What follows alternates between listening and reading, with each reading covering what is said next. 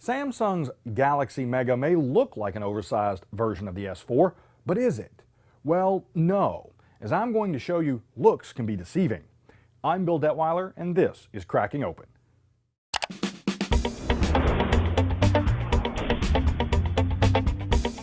At nearly 3.5 inches wide and over 6.5 inches tall, the Galaxy Mega is a monster of a phone, or a small tablet, or a phablet, or whatever.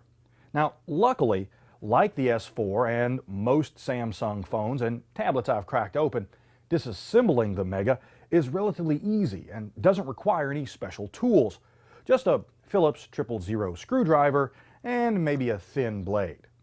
Now, thanks to a user-replaceable battery, the back cover pops off with just a fingernail. After removing several Phillips screws, you can remove the lower speaker assembly and then the circuit board cover with a thin tool or, again, your fingernail. The Mega's overall internal design is similar to the S4. The main board is located at the top and a smaller board at the bottom. Now, after detaching the lower board's connectors, it can be removed. And after removing a single screw and detaching its connectors, the main board and rear camera come out.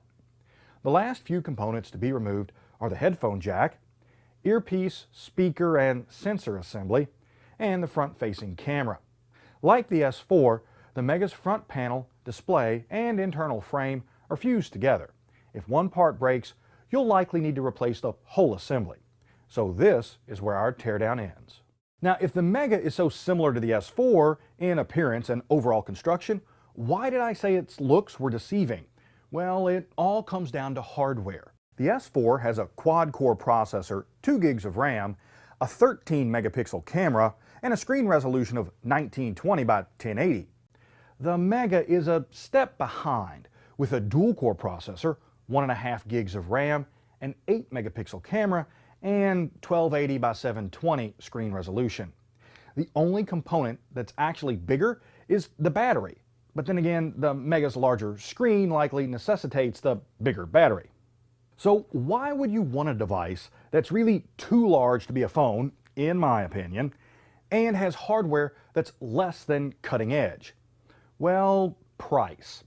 At release, the Mega is $149 compared to the S4, which is still $199, although some carriers offer slightly better deals. And even when Samsung releases the Galaxy Note 3, which will likely have much better hardware, it will likely cost around $300. So if you're in the market for a mid-range phablet, the Mega is worth a look. Now, for more information on the Galaxy Mega, including real-world tests and pricing information, check out Jessica Dolcourt's full CNET review. And to see more teardown photos and read my full hardware analysis, go to techrepublic.com/crackingopen. I'm Bill Detweiler. Thanks for watching.